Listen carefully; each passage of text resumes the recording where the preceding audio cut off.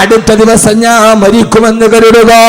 ഈ ഭൂമിയുടെ സുഭിക്ഷതയ്ക്ക് വേണ്ടിയല്ല ഞാൻ വന്നത്, ഇവിടെ അടിച്ചു പൊളിക്കാനല്ല ഞാൻ വന്നത്. ഇവിടെ പരമാവധി എന്റെ കാസർഗോഡ് പ്രിയപ്പെട്ട ചെറുപ്പക്കാരോട് അടിച്ചു പൊളിയൽ അല്പം കൂടുതലാണോ എന്ന് സംശയമുള്ളവരോട്, ഇതിന് നമ്മൾ വന്നതല്ലല്ലോ, ഇവിടെ അടിച്ചു പൊളിക്കാൻ വന്നതല്ലല്ലോ, ഇവിടെ കൂത്താടാൻ നമ്മൾ വന്നതല്ലല്ലോ. ഇവിടെ എന്ത് പ്രയാസമുണ്ടായാലും ആഖിറത്തിൽ പ്രയാസപ്പെടുത്തല്ലേ അല്ലോ എന്ന് ഈ ദുനിയാവിനെ വലിച്ചെറിയാൻ, ഈ ദുനിയാവിന്റെ ദുഃഖത്തിന് പാമാക്യം കൊടുക്കാൻ, പരലോകത്തിന്റെ വിഫലതയെ കുറിച്ച് ചിന്തിക്കാൻ, എനിക്ക് എന്റെ കയ്യിൽ എന്താണുള്ളത്, എന്റെ റബ്ബിന്റെ മുമ്പിൽ പോയി നിൽക്കുമ്പോ എനിക്ക് ജീവിതത്തിൽ എന്താണ് ബാക്കിയുള്ളത് എന്ന് ജീവിതത്തിൽ എന്നോർക്കാൻ. അത് കണ്ട് സഹോദരങ്ങളെ, ഈ ഭൂമിയോട് തലാക്ക് ചെല്ലുക, ഈ ദുനിയാവിനെ വലുതായി കാണാതിരിക്കുക. ആദരവായ പ്രവാചകൻ നബി മുഹമ്മദ് മുസ്തഫ, ആദരവായ പ്രവാചകൻ നബി മുഹമ്മദ് മുസ്തഫ സല്ലല്ലാഹു അലൈഹി വസല്ലമയുടെ പ്രിയപ്പെട്ട പത്നി ആയിഷ റളിയല്ലാഹു തആല പറയാണ്, ഒരു ദിവസം പാതിരാത്രിയിൽ ഞാൻ ഹബീബായ നബി തങ്ങളുടെ കൂടെ ഉറങ്ങാൻ കിടന്നു. രാത്രിയിൽ ഞാനും എന്റെ പ്രവാചകൻ ഒന്നിച്ച് കിടന്നുറങ്ങവേ പാതിരാ സമയത്ത് ഞാൻ എഴുന്നേറ്റ് നോക്കുമ്പോ എന്നെ ഹബീബായ നബി തങ്ങളെ എന്റെ പരിസരത്ത് കാണാനില്ല. എനിക്ക് പേടിയായി, വിഹുലതയായി. രാത്രിയിൽ എന്റെ കൂടെ കിടന്നുറങ്ങാമെന്ന എന്റെ പ്രവാചകനെവിടെ, എന്നെ മുത്തുദൂതരെവിടെ, എന്റെ പ്രിയപ്പെട്ട ഹബീബെവിടെ? വിഹുലതയോടെ ഞാൻ അവിടെ നിന്ന് എഴുന്നേൽക്കുമ്പോ ഹബീബായ നബി തങ്ങളെ കാണുന്നില്ല. ഞാൻ മദീന മുഴുവനും പരതി നോക്കി, അവിടെയെങ്ങും അല്ലാഹുവിന്റെ റസൂലിനെ കാണുന്നില്ല. കുറെ കഴിഞ്ഞപ്പോ എന്റെ മനസ്സിനൊരു എനിക്കൊരു സംശയമായി. ഞാൻ ഉറങ്ങിയപ്പോ അടുത്ത ഭാര്യമാരുടെ വീട്ടിൽ പോയിട്ടുണ്ടാകുമോ? പെണ്ണല്ലേ, പെണ്ണങ്ങനെയൊക്കെ വിചാരിക്കൂ. പലപ്പോഴും അങ്ങനെയാണ്. എന്നെ ഉറക്കി കിടത്തിയിട്ട് മറുഭാര്യമാരുടെ വീട്ടിൽ പോയിട്ടുണ്ടാകുമോ? എത്ര സുന്ദരമായ ചരിത്രമെന്നറിയോ? ആയിഷ റളിയല്ലാഹു അൻഹ പറയാ, പാതിരാത്രിയിൽ ആരും അറിയാതെ പൂച്ചയെപ്പോലെ ശബ്ദം കേൾപ്പിക്കാറ് എല്ലാ ഭാര്യമാരുടെ വീടിന്റെ മുമ്പിലും പോയി ഞാൻ നോക്കി. അവിടെയൊന്നും അല്ലാഹുവിന്റെ റസൂൽ വന്നിട്ടില്ല. പിന്നെ എനിക്ക് പേടിയാവാൻ തുടങ്ങി. പാതിരാത്രി ഹബീബായ നബി തങ്ങളുടെ അല്ലാഹുവിന്റെ റസൂലിന് എന്തെങ്കിലും അപകടം സംഭവിച്ചിട്ടുണ്ടാകുമോ?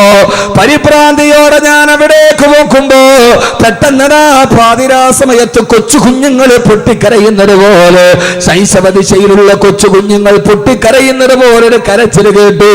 പാതിരാ സമയത്ത് മദീനയിൽ ആരാണ് കരയുന്നതെന്നറിയാണ്. പള്ളിയുടെ വാതിലിലൂടെ ഞാൻ എത്തി നോക്കുമ്പോ അവിടെ അല്ലാഹുവിന്റെ റസൂൽ കിടന്ന് കരയുകയാ. ഹബീബായ നബി തങ്ങൾ റുക്കൂയിൽ കിടക്കുന്നുണ്ട്, കണ്ണിലൂടെ കണ്ണുനീര് ചാലിട്ടൊടുക്കുന്നുണ്ട്. ഹബീബായ നബി തങ്ങൾ സുജൂദിൽ കിടക്കുന്നുണ്ട്. ആ സുജൂദിൽ കിടന്ന് എന്തോ കണ്ട് പേടിച്ചതുപോലെ കരയുന്നുണ്ട്. അവസാന നിസ്കാരമൊക്കെ കിടന്ന് സുജൂദിൽ കിടന്ന് അല്ലാഹുവിന്റെ റസൂൽ പൊട്ടിക്കരഞ്ഞ് ദുആ ചെയ്യുകയാ. പാതിരാവിന്റെ നിശബ്ദതയിൽ എന്റെ പ്രിയപ്പെട്ട ഭർത്താവ് എന്തിനു വേണ്ടിയാണ് ഇങ്ങനെ ദുആ ചെയ്യുന്നതെന്നറിയാൻ ഞാൻ എന്റെ ചെവി ഇങ്ങനെ കൂർപ്പിച്ചു വെച്ചു. അപ്പോഴാണ് ദുആ എന്തെന്നറിയോ? എന്റെ പ്രിയപ്പെട്ട സഹോദരങ്ങളോട്, സഹോദരിമാരോട്, പ്രിയപ്പെട്ട പെങ്ങളെ, ഒരു ഭാര്യ ഭർത്താവിന്റെ കഥയാണിത്. പാതിരാസയത്ത് ഭാര്യയോടൊത്ത് കെട്ടിപ്പിടിച്ച് പരിരംഭണം ചെയ്ത് കിടന്നുറങ്ങി. അവസാനം ഇടയ്ക്കെഴുന്നേറ്റ് പോയി പള്ളിയിൽ പോയി നിസ്കരിച്ചിട്ട് തഹജ്ജുദ് നമസ്കാരം കഴിഞ്ഞ് കെട്ടപ്പെട്ട് ദുആ ചെയ്യുന്നവരെന്താ? ആയിഷ ബീവി പറയാ, ഞാൻ എന്റെ ചെവി ഇങ്ങനെ കൂർപ്പിച്ചു വെച്ചപ്പോ ആർക്ക് വേണ്ടിയാണ് ഈ പ്രത്യേക സമയത്ത് ദുആ ചെയ്യുന്നത്? പ്രാണപ്രേയസിയായ ആയിഷയ്ക്ക് വേണ്ടിയാണോ? കരളിന്റെ കഷണമായ ഫാത്തിമയ്ക്ക് വേണ്ടിയാണോ?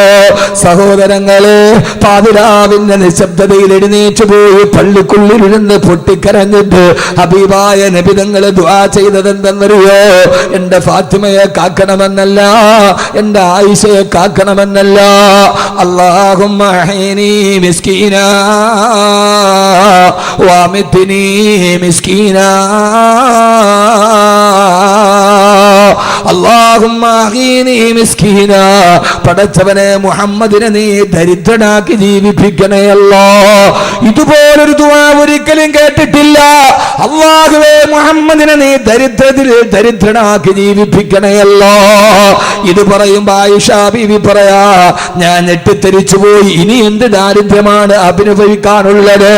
ഞങ്ങള് ജീവിതത്തിൽ അനുഭവിക്കാത്ത ദാരിദ്ര്യമില്ല. പലപ്പോഴും ഹബീബായ നബി തങ്ങൾ വയറ്റിൽ ഇങ്ങനെ കൈ ചേർത്ത് പൊട്ടിപ്പിടിച്ചിട്ട് വന്നിട്ട് പറയും, ആയിഷ വിശക്കുന്നു മോളെ, വിശക്കുന്നെന്ന് പറഞ്ഞ് ഞങ്ങളുടെ ഭർത്താവ് വയറ്റിൽ പൊത്തുപിടിച്ചിട്ട് വരുമ്പോ അടുക്കളയിൽ നോക്കിയിട്ടൊരു കാരക്കയുടെ പകുതി പോലും കിട്ടാതെ ഞങ്ങള് ഭാര്യമാര് വാതിൽപ്പടിയിൽ നിന്ന് പൊട്ടി കരഞ്ഞു പോയിട്ടുണ്ട്. ഞങ്ങളുടെ ഭർത്താവ് വിശക്കുന്നെന്ന് പറഞ്ഞ് വീട്ടിൽ വരുമ്പോ ഒരു കാരക്കയുടെ പകുതി എടുത്തു കൊടുക്കാൻ അടുക്കളയിലില്ലാതെ ഞങ്ങൾ ഭാര്യമാര് എത്രയോ പ്രാവശ്യം ഏങ്ങി കരഞ്ഞിട്ടുണ്ട്. ഉപ്പളയിലെ പെങ്ങള് ഭർത്താവ് വന്നിട്ട് വിശക്കുന്നെന്ന് പറയുമ്പോ ഒരു നേരം കൊടുക്കാനില്ലെങ്കിലും അടുത്തൊരു നേരമെങ്കിലും കൊടുക്കാനുണ്ടല്ലോ. ഇത്രയേറെ ദാരിദ്ര്യം അനുഭവിച്ചൊരു കുടുംബത്തെ നമ്മൾ കണ്ടിട്ടില്ലല്ലോ. ഹബീബായ നബി തങ്ങൾ പറയുമ്പോ ഞങ്ങൾ ഇങ്ങനെ പൊട്ടിക്കരയുന്നത് കാണുമ്പോ അടുത്തു വന്നിട്ട് പറയും, നിങ്ങൾ കരയണ്ട, ഞാനെന്ന് സുന്നത്ത് നോമ്പ് പിടിച്ചോളാമെന്ന് പറഞ്ഞിട്ട് ഞങ്ങൾ ആശ്വസിപ്പിക്കാറുണ്ട്. ഇബ്നു അബ്ബാസ് റളിയല്ലാഹു അൻഹു പറയാ, ഞാൻ പലപ്പോഴും ഇശാ നിസ്കാരം കഴിഞ്ഞ് അല്ലാഹുവിന്റെ റസൂലിന്റെ വീട്ടിൽ പോകുമ്പോ ഹബീബായ നബി തങ്ങൾ ഉറങ്ങിക്കിടക്കുന്നത് ഞാൻ കണ്ടിട്ടുണ്ട്. എങ്ങനെയാണ് ഉറങ്ങുന്നതെന്നറിയോ? താവിയാ, തന്റെ കാൽമുട്ടുകൾ വയറ്റിലേക്ക് ചേർത്ത് വെച്ചിട്ട് കൊഞ്ചു ചുരുണ്ട് കിടക്കുന്നത് പോലെയാണ് ഹബീബായ നബി തങ്ങളും ഭാര്യമാര് കിടക്കുന്നത്. ഇതൊക്കെ നിങ്ങളോട് പറഞ്ഞാല് മനസ്സിലാകുമോ എന്നറിയില്ല. എന്നാണ് കൊഞ്ചു ചുരുണ്ട് കിടക്കുന്നത് പോലെ കാൽമുട്ടുകൾ വയറ്റിലേക്ക് ചേർത്ത് വെച്ച് കിടക്കുകയാ. ഇബ്നു അബ്ബാസേ, എന്തിനാണ് നബി സല്ലല്ലാഹു അലൈഹി വസല്ലമയും ഭാര്യമാരും എന്തിനാണ് അങ്ങനെ കിടക്കുന്നതെന്ന് ചോദിച്ചപ്പോ ഇബ്നു അബ്ബാസ് റളിയല്ലാഹു അൻഹു പറഞ്ഞ മറുപടി, വലാ തജിദ് ലഹും അശാ, അവർക്കൊരൊറ്റ ദിവസം പോലും അത്താഴം കഴിക്കാനുള്ള ഭക്ഷണം ഉണ്ടായിരുന്നില്ല.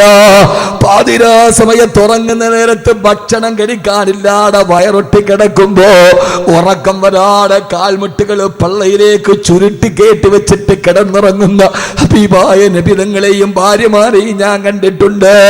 കുപ്പളയിലെ പെങ്ങളെ, നിനക്ക് ചിന്തിക്കാൻ കഴിയോ?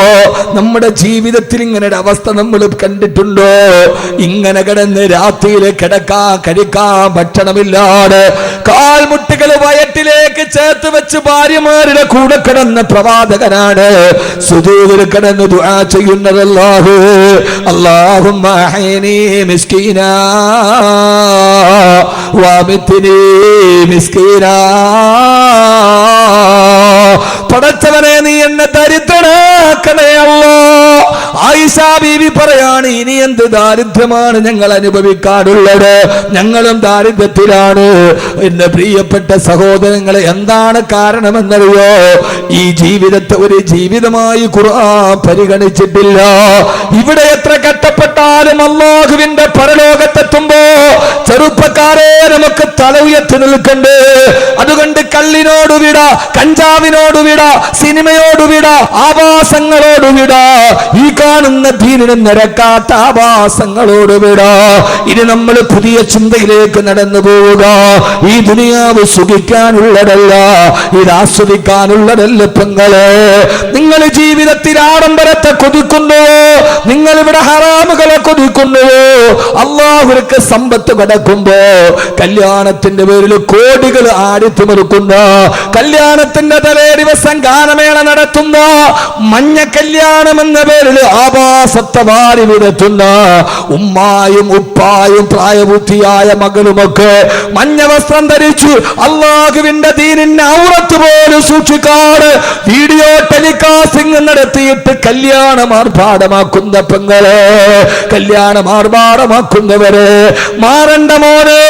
ഓമൽ ഹയാത്തു ദുനിയാ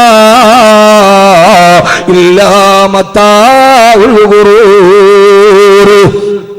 വമൽ ഹയാത്തുദ് ദുനിയാ, ഈ ദുനിയാവ് നിങ്ങളെ ചതിക്കുമേ. അതുകൊണ്ട് ഈ ആഡംബരത്തിനോട് വിട പറയണം, ഈ അനാശാസ്യത്തിനോട് വിട പറയണം. ഇതൊക്കെ പറയുമ്പോ മൂല്യാക്കന്മാര് മൂരാച്ചികളോ വാക്കവിമാര് പ്രസംഗിക്കുന്നതെന്തിനാ? അവരുടെ മേല് കുതിര കയറാനാണ് ആൾക്കാർക്ക് താല്പര്യം. ആരൊക്കെ പറഞ്ഞാലും ഞങ്ങളിത് ചെയ്യുമെന്ന് പറയുന്നവരോട് സമ്പത്തിന്റെ പേരിൽ അഹങ്കരിക്കുന്നുവെങ്കിൽ കാറൂനിനെ ഓർക്കുക, കുടുംബത്തിന്റെ പേരിൽ അഹങ്കരിക്കുന്നെങ്കിൽ അബൂലഹബിനെ ഓർക്കുക, സമ്പത്തിന്റെ പേരിൽ അഹങ്കരിക്കുന്നെങ്കിൽ കാറൂനെ ഓർക്കുക. തന്റെ സമ്പത്തിന്റെ ആഡംബരം കാണിക്കാൻ ആയിരക്കണക്കിന് കുതിരകൾ, കുതിരയുടെ മുകളിൽ സ്വർണ്ണ ഖജനാവുകൾ, 10,000കണക്കിന് അനുയായികളുമായി തന്റെ നാട്ടിലൂടെ തന്റെ സമ്പത്തിന്റെ ആഡംബരം കാണിച്ച കാറൂൻ അവനെ ഭൂമി വിഴുങ്ങിക്കളഞ്ഞുവത്രേ. അല്ലാഹു കാത്തുരക്ഷിക്കട്ടെ, അല്ലാഹു കാത്തുരക്ഷിക്കട്ടെ. അതുകൊണ്ട് സഹോദരാ സഹോദരി, വമൽ ഹയാത്തുദ് ദുനിയാ ഇല്ലാ മതാഉൽ ഗുറൂർ. ഈ ദുനിയാവ് ഏത് സമയത്തും നിങ്ങളെ വഞ്ചിച്ചു കളയും. അല്ലാഹു കാത്തുരക്ഷിക്കട്ടെ, അല്ലാഹു കാത്തുരക്ഷിക്കട്ടെ. അതുകൊണ്ടാണ് ഖുർആൻ സൂറത്തുൽ മുൽക്കിന്റെ 2-ാമത്തെ ആയത്ത്